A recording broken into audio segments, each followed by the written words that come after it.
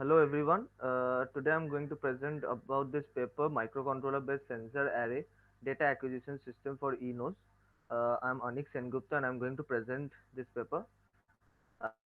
So this is the outline that we are going to discuss in the following slides about electronic nodes, the quartz crystal microbalance sensor, the system details, the process flow and all that, and the response that we have gained from our experimentation.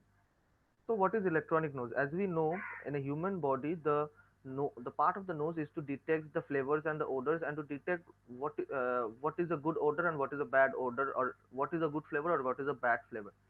So electronic nose is the same thing. It mimics the human olfaction system. It is used in several fields like agricultural fields and all that to detect the quality of uh, substances and all that.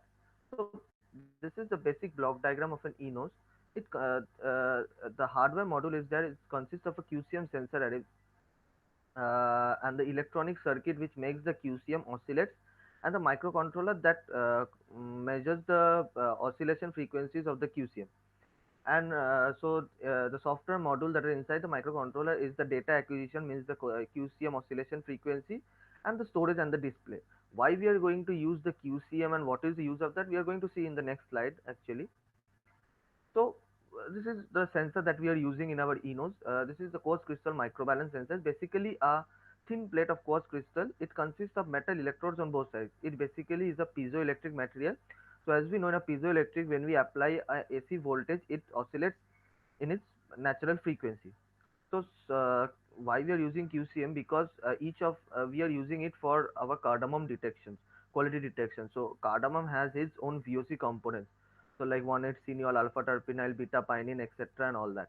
So for each of its VOC, we have coated the QCMs with different coated materials such that it can detect those VOCs. So as we know, this Sobre's equation that defines this QCM frequency deviation, it is directly proportional to the delta M. Since there is a coated material and as the gases from the cardamom samples, means the VOCs from the cardamom samples are being passed through the sensor array, it binds to the VOCs binds to the uh, coated material, and so the mass of the QCM sensor changes, and according to that there is a change in the deviation in the frequency. So initially it resonates with the undamped frequency, and as the VOCs are being bind, it changes, the frequency changes. So why QCM?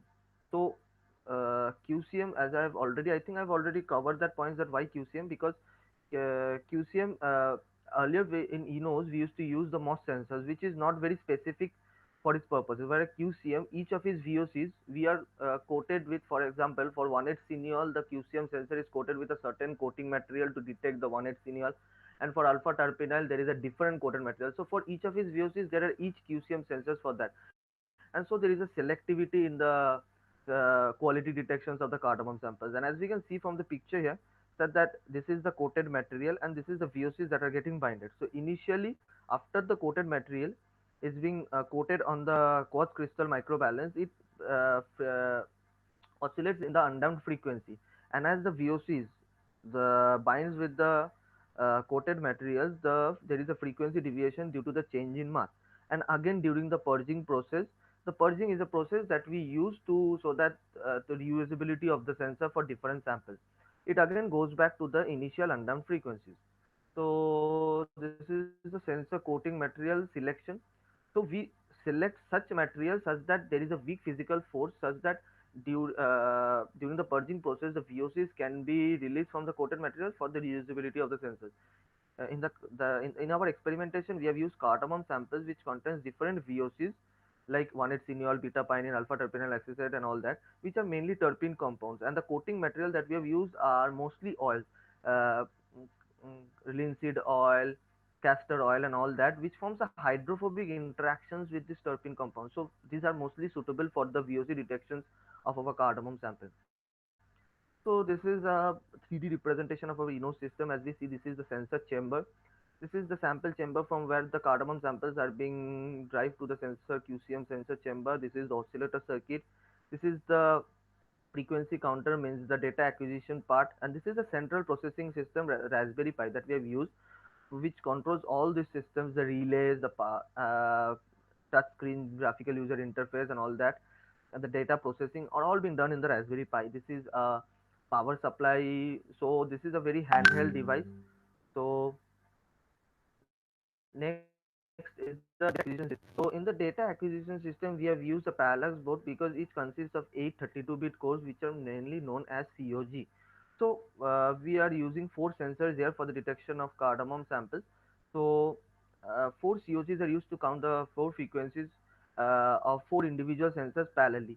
So what this Parallax board do? It takes up the sensor readings from the oscillation circuit of the sensor array of the QCM sensor array and process it serially to the central processing unit, that is the central processing system, that is the Raspberry Pi. So that is the main objective of this Parallax system. Earlier we used to use the TNC 3.2. The major drawback of that is that for each of the QCM sensors, suppose we are using four QCM sensors, we need four TNC 3.2. But using a Parallax, we need only one board to incorporate all the four sensors. Even eight sensors can be incorporated in a single Parallax board, where the data from the eight sensors can be collected from the oscillator circuit and processed serially to the Raspberry Pi. So now we are going to discuss about the process flow. So this is the entire process flow of that. So there are mainly three stages which are shown. This is the initial stage where it's going, where the initialization are done, where the data is going to store, how the number of cycles that the samples will be processed, and the sample name. So the main three stages are the pre-sampling stage, the sampling stage, and the purging stage.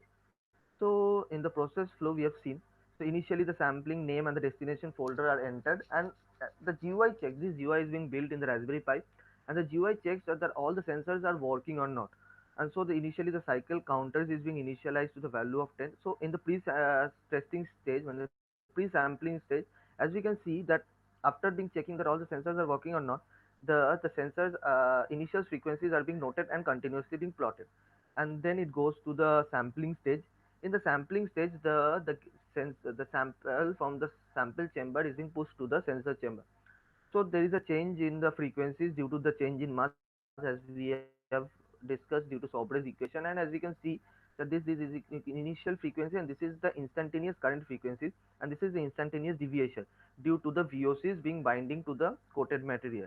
And the lastly is the final stage, is the final deviation is being noted, and this is where the purging stage is going on. And so the sensors are being finally being, we know the total deviation due to the mass change, and from this final deviation, actually maximum deviation, mostly the maximum deviation, that we mostly do all the data processing and all that.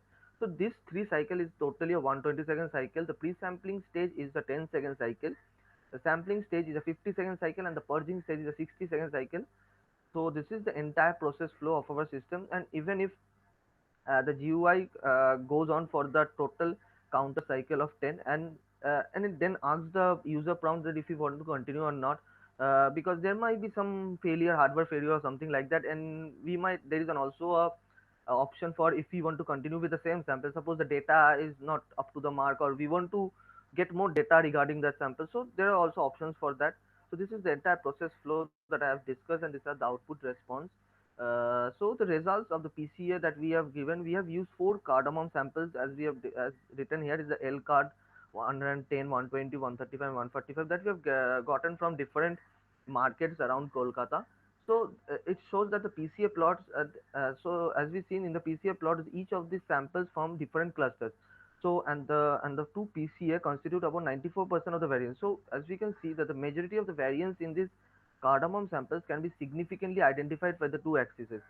So this ENO's data acquisition system is quite useful in detecting the cardamom samples and detecting the variations between the cardamom samples during QCM sensor is quite being depicted quite clearly in this PCA plot. So finally, I'm going to conclude this presentation by saying that this microcontroller based data acquisition system for ENOS is a very low cost and a handheld device for any person to use. And this PCA plot that we have seen that clearly distinguishes the different samples, which actually proves that the efficiency of our developed data acquisition system is quite good.